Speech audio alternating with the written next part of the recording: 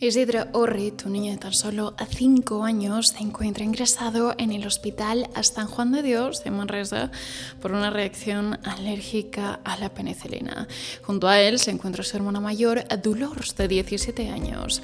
Ambos son hijos de María Orrit y entre todos forman una gran familia, pues son un total de 15 hermanos. La madre, María, se ha quedado viuda hace muy poco tiempo, hace tan solo 2 meses.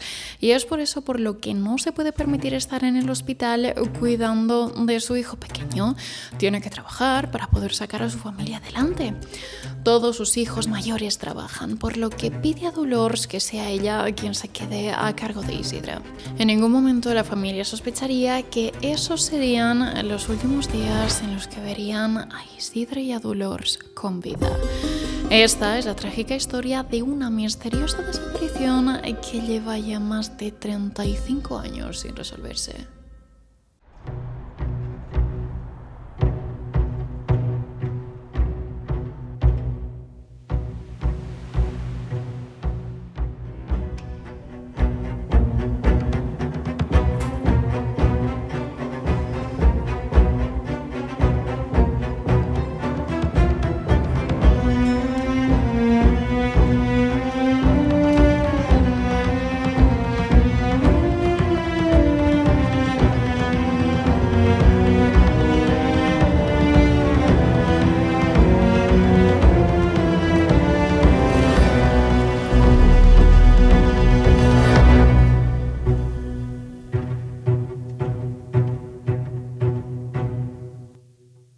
Nos situamos en Manresa, capital de la comarca del Vallès, en la provincia de Barcelona.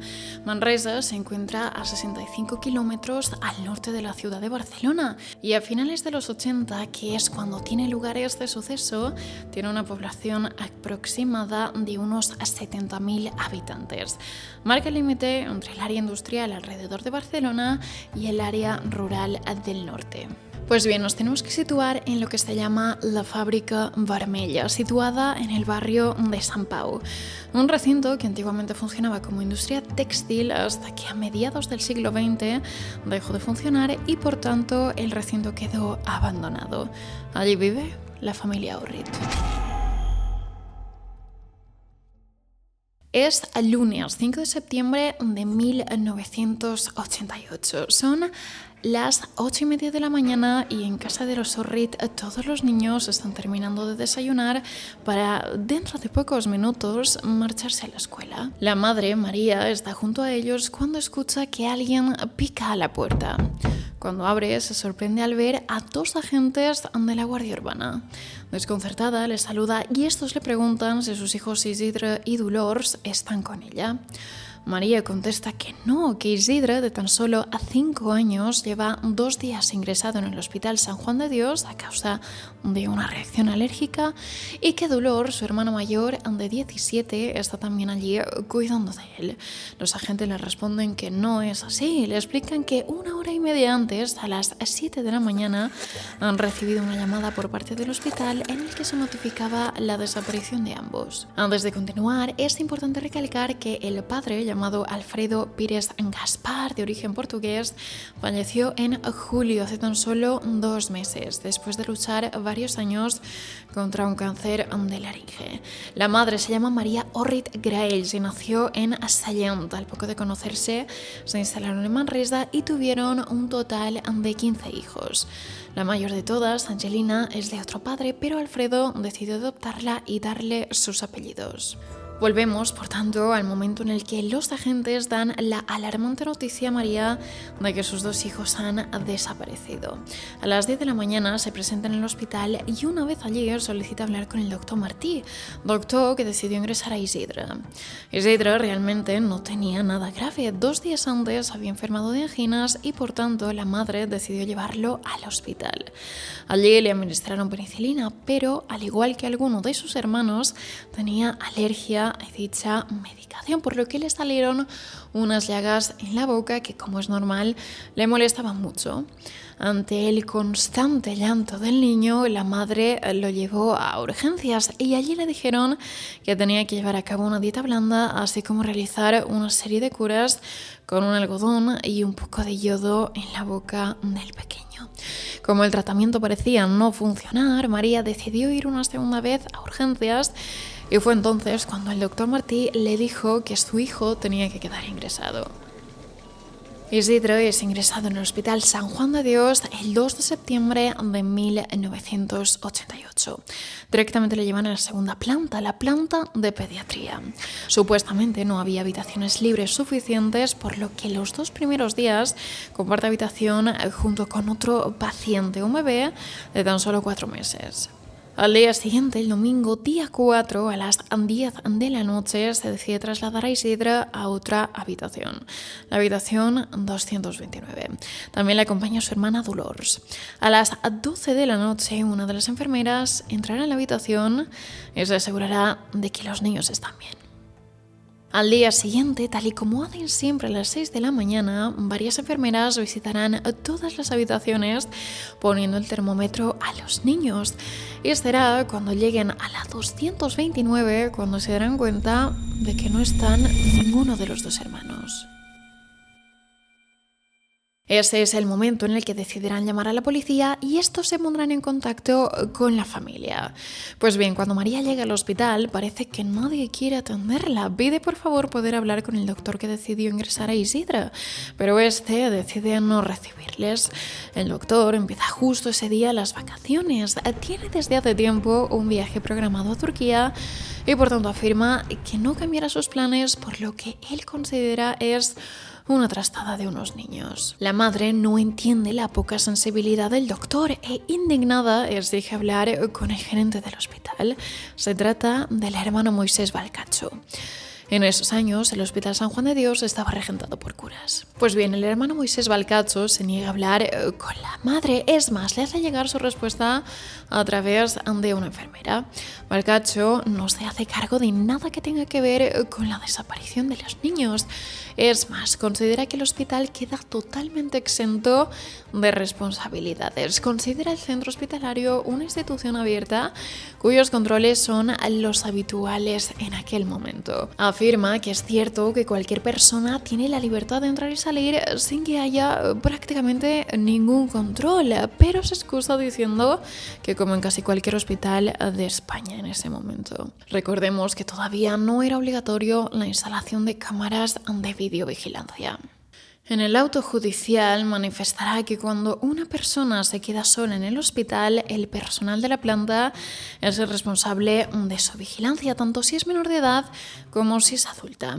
Sin embargo, se excusará diciendo que es la primera vez que sucede algo así y además querrá hacer constar que la familia de los 2 menores desaparecidos jamás informaron de que ambos hermanos se quedarían solos en el hospital. Con este tipo de respuesta tan poco empática en un momento tan delicado, lo único que consigue es indignar más a la familia Orrit.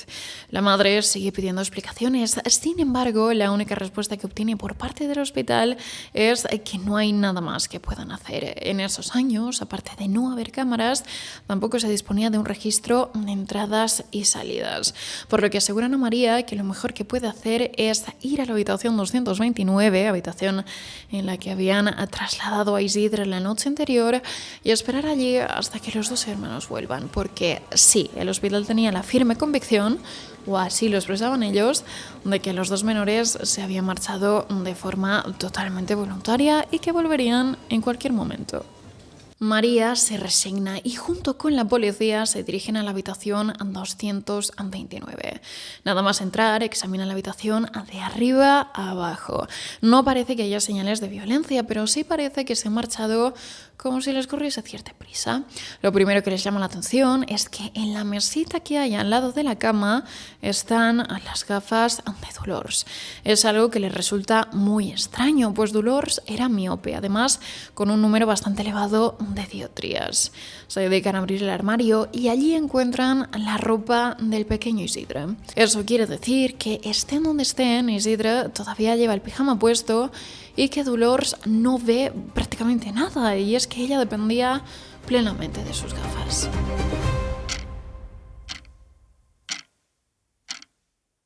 La madre quiere hacer caso de lo que le han dicho en el hospital, pero en un momento así las horas no pasan.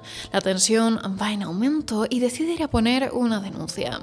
Sin embargo, tanto la Guardia Civil como la Policía Nacional le dicen que tiene que esperar un mínimo de 48 horas. A día de hoy esto ha cambiado y precisamente lo que se pide es que se denuncie cuanto antes para poder empezar a buscar lo antes posible, pero ya sabemos que en esos años el protocolo marcaba esos 2 días enteros de espera antes de hacer nada. Recordemos que esto sucedió en el 88. La familia sospecha que algo malo les ha tenido que suceder. Isidro es muy pequeño y por cómo es Dolors jamás se marcharía de forma voluntaria y mucho menos llevándose al hermano con ella.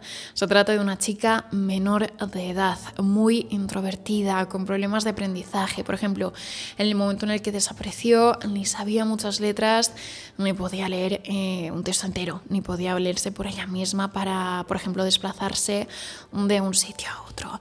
Prácticamente no tenía amigos ni relaciones fuera de la familia, de modo que la familia la cree incapaz de hacer algo así. Además, un detalle muy importante es el de que no iría a ningún lado sin sus gafas. Una de las fuentes de información que he utilizado para redactar este caso es el documental que podéis encontrar en Filmin llamado El Zorrit, dirigido por Marc Solanas y Ferran Ureña. Allí uno de los hermanos comenta que precisamente lo primero que hacía su hermana cuando se levantaba era ponerse las gafas, porque si no, no veía.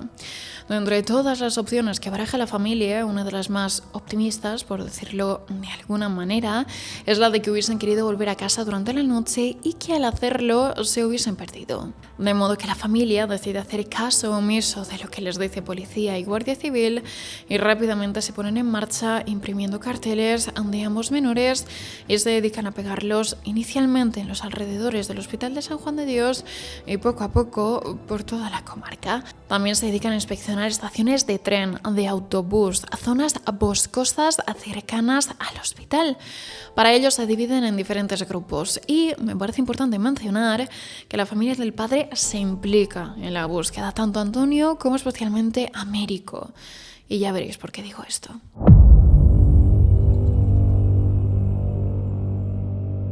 Pasan 2 días en los que los menores siguen sin dar señales de vida, por lo que Guardia Civil, Policía Nacional, Policía Local y Mossos d'Esquadra finalmente se ponen en marcha. Así como van pasando los días y no se encuentra ninguna pista que les lleve a los hermanos, la familia solicita que se lleve una dotación de perros al hospital con el fin de olorar el posible rastro de Isidre o de Dolors. Tienen que insistir, pero finalmente lo logran. Una vez en el hospital, con la intensa limpieza que se lleva a cabo en una institución de este estilo, los perros efectivamente dan señales de detectar el rastro de los niños. Pero al cabo de pocos minutos parecen perderlo. Da igual la puerta por la que salgan, los perros pierden el rastro. La hipótesis del secuestro coge fuerza hasta el punto de que María expresa en un periódico local su preocupación y ruega por favor que si alguien los tiene escondidos, que por favor lo diga cuanto antes. Barajan a todo tipo de posibilidades, una de ellas la de que se hayan podido llevar a los niños con la intención de luego pedir una compensación económica. Sin embargo, en el fondo saben que es bastante improbable, pues son una familia más bien humilde. Hasta ahora todos vivían de los ingresos de Alfredo, del padre. Estaba unos meses trabajando en un taller en el centro de Manresa y otros meses durante las vacaciones en otro que había cerca de su casa. Sin embargo, desde que este fallece, son varios los hermanos que se ven obligados a empezar a trabajar, al igual que la madre, María, que comienza a trabajar limpiando casas. La hermana mayor, Angelina, que en ese momento ya está casada y con 3 hijos, deciden trasladarse a vivir a casa de María. También ellos destinan parte de su sueldo a la ayuda familiar. A lo largo de esas primeras semanas, la familia recibirá muchas llamadas. La gran mayoría serán de gente convencida de haberlos visto en diferentes ciudades. Cada llamada es trasladada a la policía. Al final son tantas las llamadas recibidas que algunas son comprobadas, mientras que otras no. Depende de la credibilidad que den a la persona que haya al otro lado del teléfono. La policía considera que los niños están vivos, de lo contrario ya habrían encontrado los huesos. Pero aún así, cada día que pasa, la familia se siente más triste y abandonada. Mientras tanto, Mari Carmen Orrit, hermana de ambos desaparecidos, expresa su malestar en un medio de comunicación, El Regió 7, un periódico catalán editado en Manresa. En ese periódico explica que la gran mayoría de veces que su madre y ella van a comisaría para saber si ha habido algún tipo de novedad acerca del caso, se sienten totalmente ignoradas, como si allí no hubiese nadie. Afirma que están largo rato esperando hasta ser atendidas y que finalmente, al recibirlas, lo hacen con cierto desdén, preguntando a la señora Orrit que qué quiere y preguntando si el motivo de otra vez haber vuelto a comisaría es porque tiene alguna novedad. La respuesta de María siempre es la misma, que en cualquier caso quien debería de tener algún tipo de novedad son ellos. Pregunta acerca de si han empezado a seguir alguna otra línea de investigación, si han descubierto alguna nueva pista, algún hilo del que tirar. Según Mari Carmen, la respuesta termina siendo siempre la misma, que por favor se queden en casa y que de haber algún tipo de novedad o si llegan a tener algo relevante que decirles, ya les llamarán. Pero que mientras tanto no tienen que volver a presentarse en comisaría. No pasa ni un mes de la desaparición de los niños cuando Guardia Civil se presenta en casa de María y confirma las sospechas generalizadas, que son las de que efectivamente no saben hacia dónde dirigir la investigación. Pues no hay pistas de las que tirar y por tanto les resulta muy complicado poder avanzar. Eso sí, por primera vez reconocen que efectivamente se trata de una desaparición muy sospechosa y por ende descartan la posibilidad de que se hayan marchado por voluntad propia. El sentimiento de desamparo de la familia crece, de modo que deciden contratar a un abogado. A estas alturas están convencidos de que el hospital es el responsable de la desaparición de los niños y están decididos a denunciar. Cuanto más repasan lo sucedido, más convencidos están de que las piezas del puzzle no encajan. Recordemos que la primera vez que María llevó a Isidra al hospital fue el 27 de agosto. El motivo, unas anginas. La medicación que le recetaron no le hizo efecto, por lo que 3 días más tarde, el 30 de agosto, volvieron al hospital. El médico que les atendió ese día les recetó penicilina. 2 días más tarde, María volvió a llevar a su hijo al hospital, pero esta vez fue directamente a urgencias. La medicación que habían recetado Isidro pocos días antes había provocado que le saliesen llagas en la boca. No podía ni comer, por lo que el médico que les atendió decidió ingresarlo en el hospital. En ese momento, la madre no cuestionó la decisión del médico, pero con todo lo ocurrido posteriormente, tanto ella como toda la familia se extrañan de la decisión del médico. Les parece exagerada la decisión de haberlo tenido que ingresar. Cuando finalmente Isidre llega al hospital, lo ponen en la habitación 126.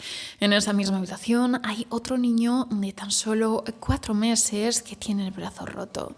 Isidre pasa la noche del 2 al 3 y la del 3 al 4 en la habitación 126. Y es la noche del domingo día 4 cuando, sin dar ninguna explicación, deciden trasladarlo a la habitación 229. Habitación en la que iba a estar él solo, es decir, sin ningún otro paciente, simplemente acompañado por su hermana Yolanda por la mañana y por su hermana Dolors por la tarde. Fue esa primera noche en la que estaba solo, insisto, cuando digo solo me refiero a sin ningún otro paciente, únicamente con la compañía de su hermana Dolors, cuando desapareció. Además, tiempo después, la familia supo que la noche en la que desapareció Isidre se celebró una fiesta en una de las habitaciones situadas en esa misma planta, la planta de pediatría. Jaime Serra, padre del niño de 4 meses con el que Isidre compartió habitación las 2 primeras noches, informó que sobre las 12:30, 1 de la madrugada, se dio cuenta de que la medicación intravenosa que tenían que administrar a su hijo se había terminado, por lo que utilizó el timbre en repetidas ocasiones para llamar a una enfermera. Estuvo llamando mucho rato, pero nadie fue a atenderle, de modo que salió de la habitación. Fue caminando hasta llegar a recepción.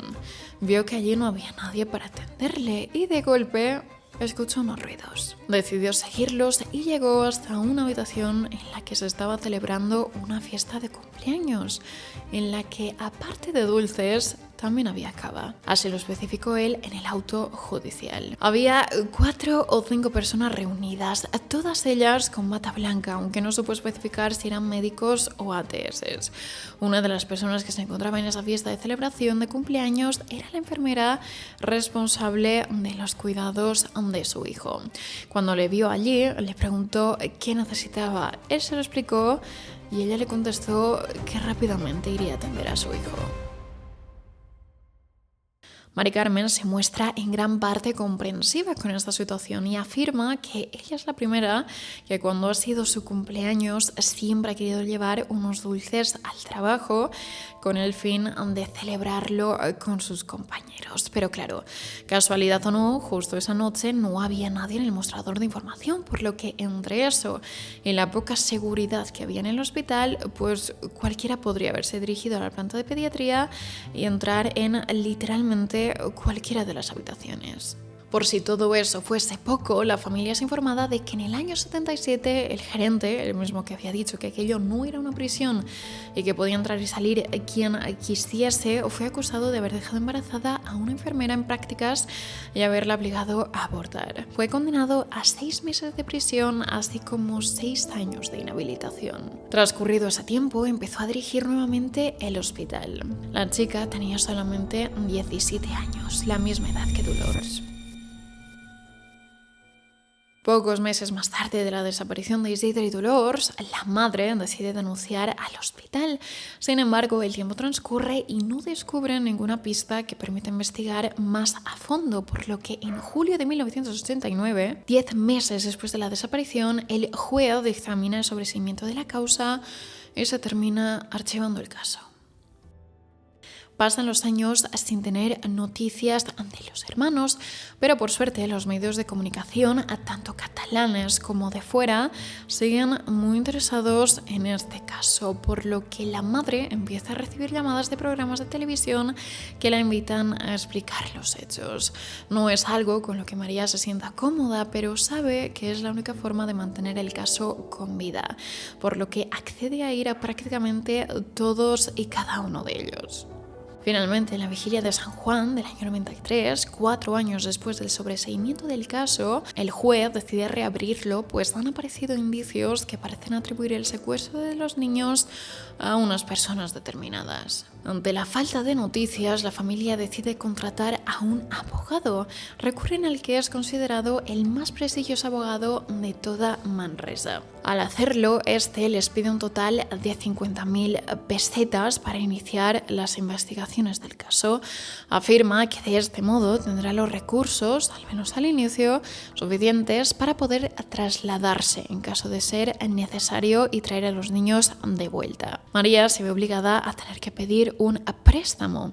Sabiendo el motivo por el cual se pide esa cantidad de dinero, el banco se lo concede. Al día siguiente de recibirlo, lo meten en un sobre y se lo entregan. Sin embargo, los días y semanas pasan y no saben nada más de este señor. Así que deciden denunciarlo a la policía. ¿Dónde está el recibo?, les pregunta el inspector. María y su hija Mari Carmen se miran con preocupación. Era tal la fe que habían depositado en este famoso abogado que ni siquiera se les había ocurrido pedirle el recibo. El inspector les explica que sin recibo la denuncia no va a ningún lado, puesto que es la palabra de una persona contra la de otra. En este caso, la de María contra la del más prestigioso abogado de toda la comarca.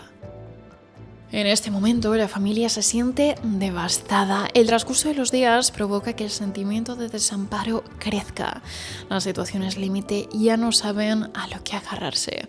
Es por eso por lo que, a pesar del escepticismo inicial, deciden contactar con distintos videntes. De entre esos videntes hay una señora que termina por recomendarles que se pongan en contacto con el abogado Josep Maria Oliver. Oliver lleva a cabo una investigación y con la información recabada logra elaborar un informe en el que asegura haber múltiples indicios que podrían atribuir el secuestro de los niños a unas personas determinadas.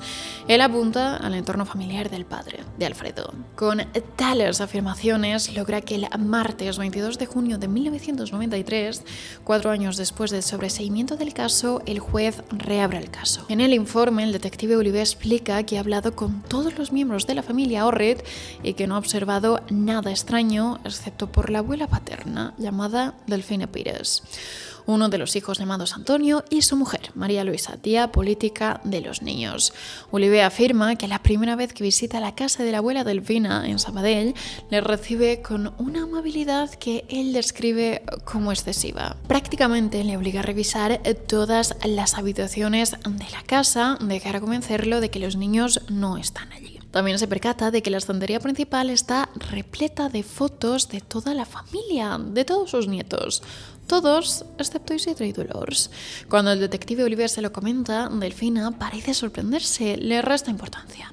Sin embargo, la próxima vez que Oliver se presenta en su casa, se da cuenta de que, ahora sí, están las fotos de Isidre y de Dolors. Se conoce que Delfina decidió recolocarlas una vez se hubo marchado Josep Maria. Oliver le pide ayuda, le pide que por favor le comente cualquier pequeño detalle que se le ocurra de cara a poder avanzar en la investigación. Según Oliver, Delfina titubea, se muestra nerviosa. Al detective le sorprende el nerviosismo de la abuela a la hora de contestar. Además, unos minutos más tarde, en esa misma conversación, Delfina supuestamente se sincera y le dice algo que al detective le parece muy significativo. Le dice: yo no los he buscado porque a mí me llamó un hombre y me dijo que no los buscase más, que si lo hacía, al haber más niños, cogerían 2 o 3 más. Oliver no da crédito, le pregunta cómo no denunció tales hechos o al menos cómo no lo comentó a nadie. Según el detective, la respuesta de Delfina es contundente. Asegura que es como el hombre del saco, que viene por la noche y se lo lleva todo.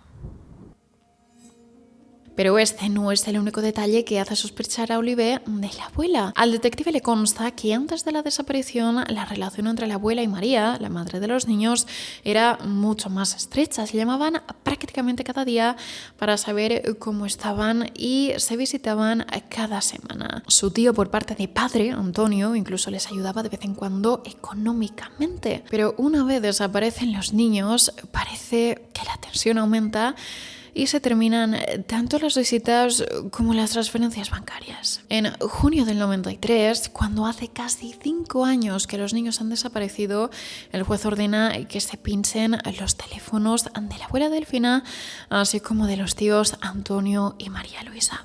Sin embargo, tiene que quedar claro que de estas escuchas no se obtiene nada revelador. Y en enero de 1994, 6 meses después, el juez vuelve a decretar el sobreseimiento de la causa.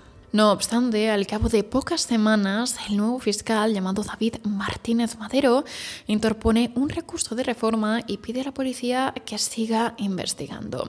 Solicita que se tome declaración a la abuela, a la madre, a los tíos e incluso al detective Oliver. El juez accede y reabre la causa. La policía reanuda las investigaciones y eso permite a Oliver seguir investigando.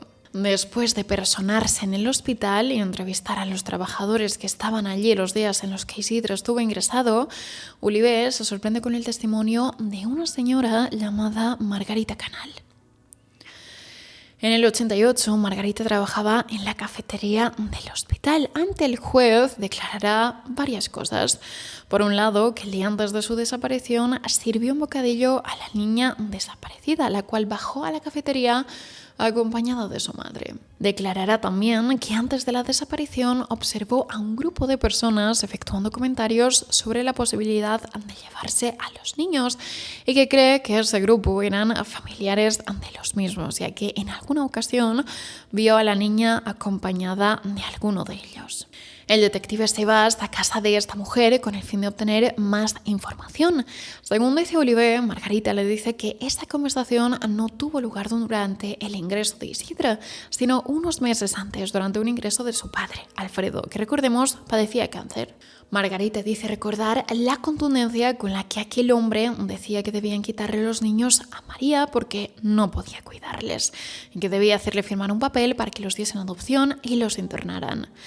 Esa es la versión del detective Olive. Ahora bien, también me parece importante destacar que por lo que he podido hablar con la familia Orrit, ellos afirman que su padre jamás estuvo ingresado en el hospital San Juan de Dios los meses en los que Margarita afirma que vio a los hermanos de este porque supuestamente habían ido a hacerle una visita.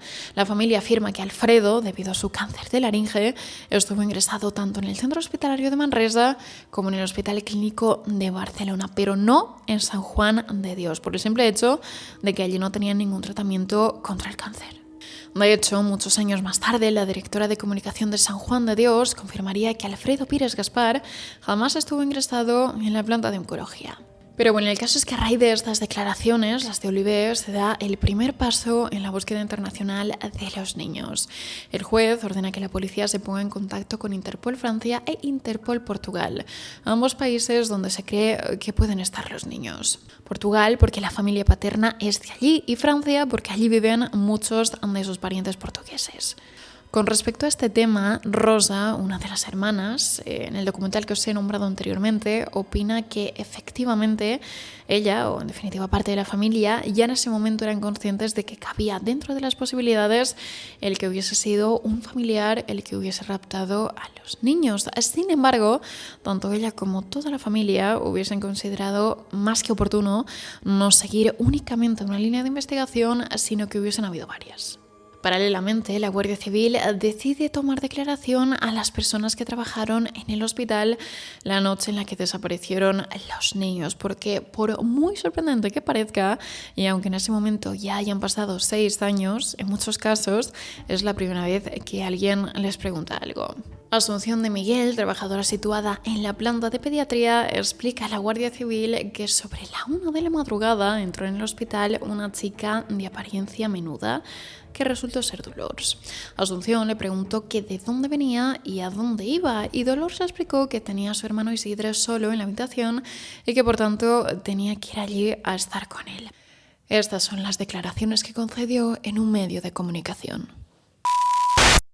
Yo solamente recuerdo de aquella noche que vino muy tarde, vino sobre la 1 de la noche y era una niña pues bastante pequeña, la vi.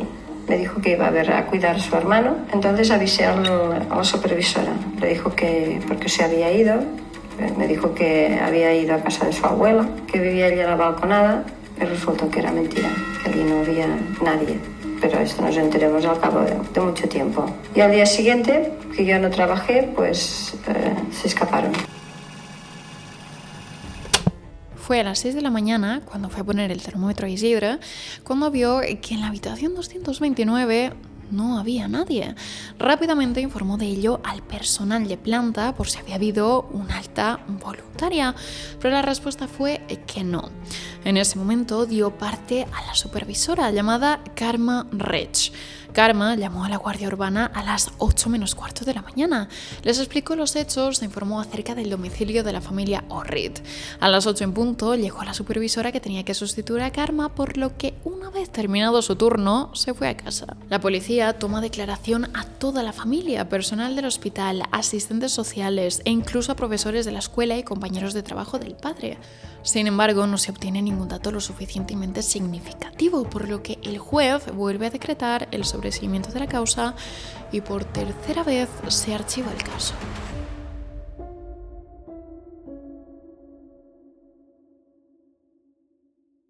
La familia interpone un recurso que el juez estima al cabo de más de un año y en marzo de 1997 el detective Olivé presenta un tercer informe, esta vez con algo más de información. La teoría del detective Olivé es la de que la noche de la desaparición, cuando Dolors dijo a la telefonista que venía de ver a su abuela, venía de Sabadell, más concretamente de la casa de la abuela Delfina, y que alguien debería, por tanto, haberla llevado a casa de la abuela, como luego haberla llevado de regreso al hospital, pues hay una distancia de 50 minutos en coche.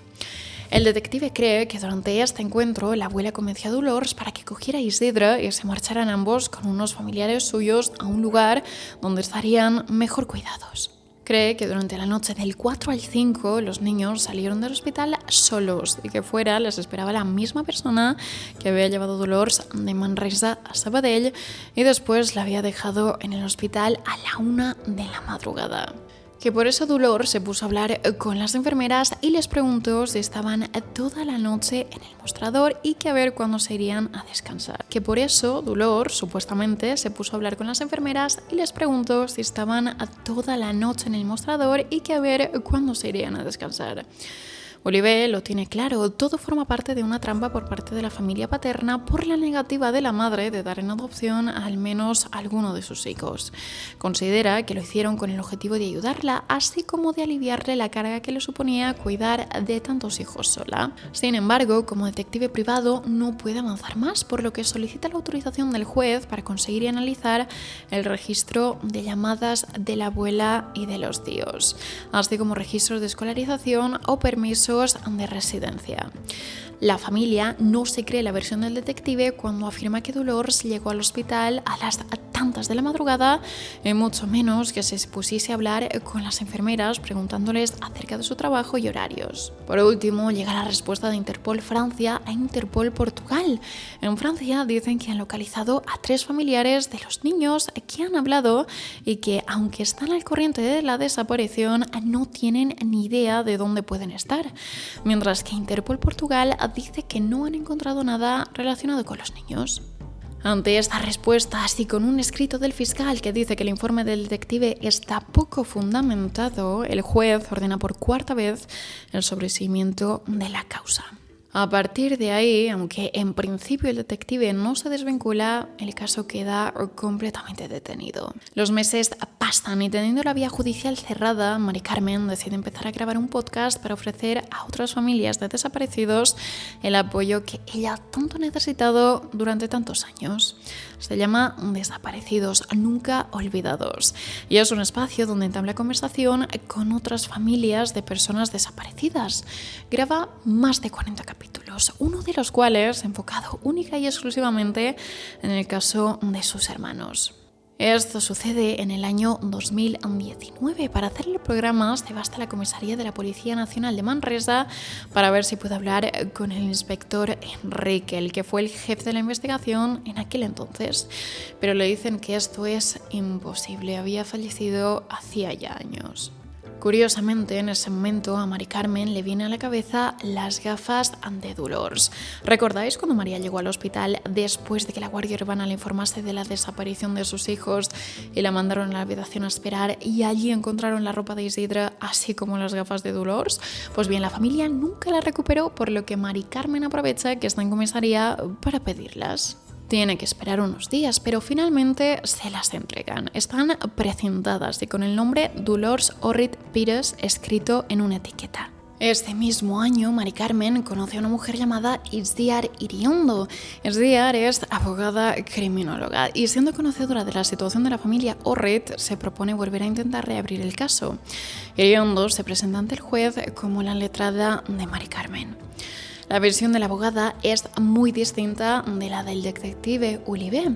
La abogada apunta a la línea del hospital como la responsable de la desaparición de los niños. Además, asegura haber encontrado muchas incongruencias en la investigación del detective. Es por ello que aporta un informe criminológico haciendo un estudio comparativo de esta información y solicitando que se vuelva a tomar declaración para aclarar ciertos datos y ciertas pruebas que Olivé había aportado que ella no considera lo suficientemente sólidas. Sin embargo, 3 años antes se había determinado la prescripción del delito, por lo que el estudio termina siendo denegado por parte del juzgado. Pues bien, cuando parecía que nada más iba a suceder, una nueva incógnita se suma a esta trágica historia. Y es que al año siguiente, en el año 2020, Mari Carmen conoce a Lluís Duque. Duque es criminalista forense. Mari Carmen le explica su caso y termina hablándole de las gafas que recuperó de Dolors unos meses atrás. Duque se ofrece a analizarlas. Pues bien, se llega a la conclusión de que fueron fabricadas o a finales de los 70 o a principios de los 80. Era un modelo utilizado predominantemente por mujeres. Duque decide ir un paso más allá y se las lleva al laboratorio donde él trabaja, llamado Laborcrim. Por la forma, Duque deduce que se utilizaban para ver de cerca, para trabajos de precisión a corta distancia. Deja claro que no irán unas gafas de a diario. También se encuentra un residuo en las articulaciones que le llama mucho la atención y cuando las analiza da positivo en aceite de cocina, el típico aceite que se utiliza en las cocinas. Y finalmente el hallazgo que a mí personalmente me parece con diferencia el más significativo, que es el que se refiere a la graduación. Casualmente, la familia contaba con un informe oftalmológico que realizaron a Dolors pocos meses antes de su desaparición. En él se acreditaba que ella tenía miopía. Sin embargo, las gafas analizadas disponen de un tipo de cristal para una persona con hipermetropía, es decir, todo lo contrario a la miopía. A Mari Carmen le falta tiempo para explicarle todo esto al detective. Sin embargo, Oliver le resta importancia y no le hace mucho caso. Él se mantiene firme en que la familia paterna es la culpable de la desaparición de los niños y, por tanto, no sospecha del hospital. Sin embargo, en enero de 2021 aparece una nueva persona cuyo testimonio será importantísimo para la familia Orrit, y es que un conocido programa de televisión de aquí de España decide centrar parte de su misión en este caso, en la desaparición de los hermanos Orrit. Y tal y como sucede habitualmente, se pone a disposición de la audiencia un teléfono para que si alguien tiene algún tipo de información que pueda ayudar a avanzar un poco con el caso, pues que pueda hacerlo, que pueda contactar con el programa. Pues bien, hay una llamada que parece esclarecer todo el caso. Os la explico. El hombre que realiza la llamada no quiere hablar por antena, sino que pide hablar con alguno de los colaboradores del programa, de forma más privada, más íntima. Le explica que el momento en el que ocurrieron los hechos, él se encontraba en el hospital, en una habitación muy cercana a la de Isidro y Dolors. En aquel momento él tenía solamente 13 años, también él estaba cuidando de su hermano que tenía bronquitis, pero afirma que lo que vio le impactó tanto que se acuerda perfectamente de todos y cada uno de los detalles. Este hombre, del cual no ha trascendido su identidad, pero sí su edad, pues repito, cuando sucedieron los hechos él tenía 13 años, asegura que vio cómo ese día se llevaban a ambos hermanos a la fuerza.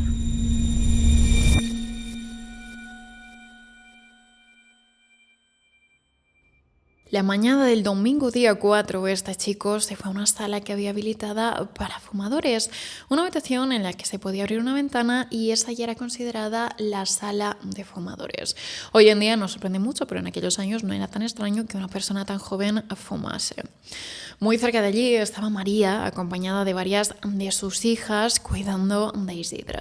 Hasta ahí todo normal. Pasaron las horas y se hizo de noche. A las 10, a las 7 de la noche, cambiaron de habitación a Isidro. Pues bien, unas horas más tarde, este chico volvió a la sala con la intención de nuevamente fumar y de golpe empezó a escuchar el llanto tanto de un niño como de una niña. Siguió el ruido y llegó hasta la nueva habitación de los hermanos.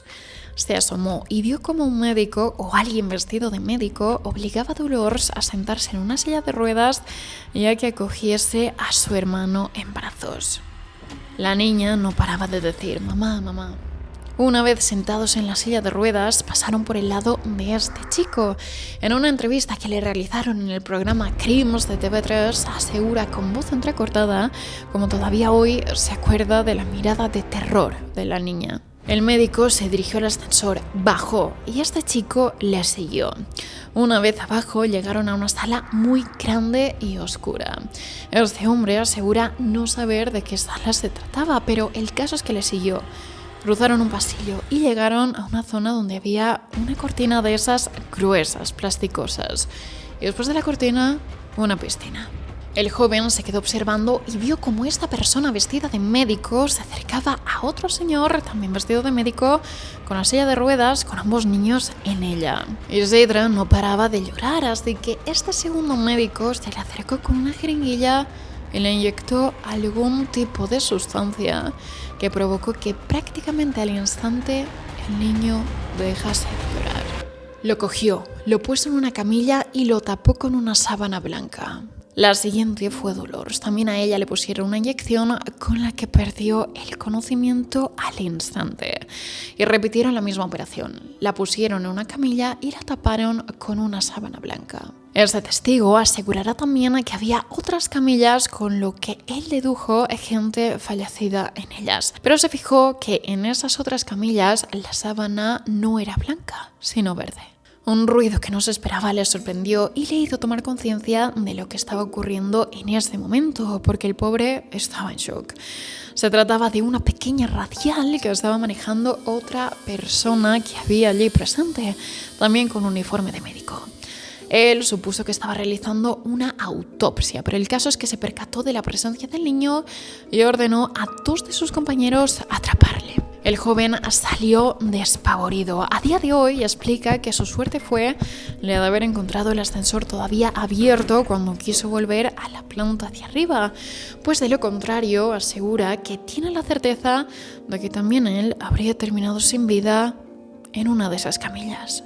A Mari Carmen se le facilita el contacto de este hombre y tienen un encuentro cara a cara. Él explica este mismo relato teniéndola enfrente y ella lo da por verídico. Es más, a raíz de haber indagado más acerca de esta misteriosa sala en la que hay una piscina, ha descubierto que efectivamente se trataba nada más y nada menos que de la morgue del hospital. Y en cuanto al curioso dato que relató este joven acerca de que él recordaba haber visto una o varias piscinas, tiene todo el sentido del mundo, pues este hospital se fundó el 14 de diciembre de 1867, con la función principal de acoger a niños con tuberculosis. Ya en aquel entonces se utilizaban las piscinas para hacer los baños de agua de los niños enfermos. Posteriormente se les ponía en cunas o pequeñas camas y se les sacaba fuera para que les diese el sol. Estas imágenes que estáis viendo pertenecen a todo esto que os estoy explicando. Ante la pregunta de por qué ha tardado tanto tiempo en explicarlo, afirma que porque tenía miedo. Asegura que es un episodio traumático en su vida. En aquel momento fue corriendo a sus padres, pero nunca fue capaz de contárselo a su padre, ahora ya fallecido, y que a su madre se lo ha contado de forma muy reciente. Es un miedo que le ha llegado a limitar la vida. 35 años más tarde sigue teniendo auténtico pavor a pisar un hospital, también de llevar allí a sus hijos. Seguramente os estáis preguntando qué se ha hecho con toda esta información, si efectivamente ha servido para indagar más en el caso y de este modo poder sacar algún tipo de conclusión después de tantos años de incertidumbre. Desafortunadamente la respuesta es que no se ha hecho absolutamente nada con el testimonio de este señor. Es más, la policía ni siquiera le ha tomado declaración, ya que aseguran que para poder hacerlo tiene que haber una orden judicial. Y todo apunta a que esta orden nunca existirá porque el juez considera que el delito ha prescrito.